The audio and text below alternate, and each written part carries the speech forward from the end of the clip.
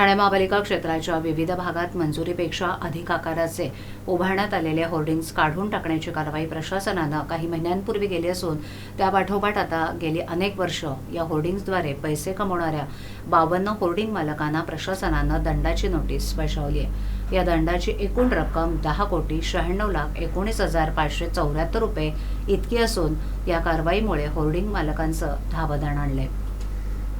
घाटकोपरमधील hoarding दुर्घटनेनंतर ठाण्यातील बेकायदा होर्डिंगचा मुद्दा ऐरणीवर आला होता। या मुद्द्यावरून टीका होऊ लागताच ठाणे महापालिकेनं बेकायदा जाहिरात फलकांविरोधात कारवाई सुरू केली होती। या कारवाईत शहरातील 49 जाहिरात फलकांवर पालिकेनं कारवाई केली होती। 49 पैकी 5 जाहिरात फलक पूर्णपणे निष्कासित करण्यात आले होते, तर परवानगीपेक्षा जास्त आकाराच्या 44 जाहिरात फलकांचा अतिरिक्त भागाचा फक्त पत्रा काढण्यात आला होता।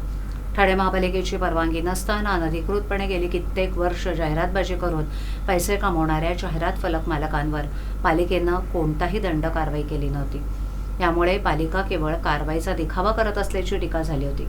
तसंच या संदर्भात महाराष्ट्र नवनिर्माण सेनेचे उळामाजुळा विधानसभा विभाग अध्यक्ष संदीप पाचंगे यांनी पालिकेला पत्र पाठवून दंडात्मक कारवाई करण्याबरोबरच स्थळ पाहणी अहवाल चुकीचा देऊन पालिकेची फसवणूक करणाऱ्या अधिकाऱ्यांवर फौजदारी कारवाई करण्याची मागणी केली होती।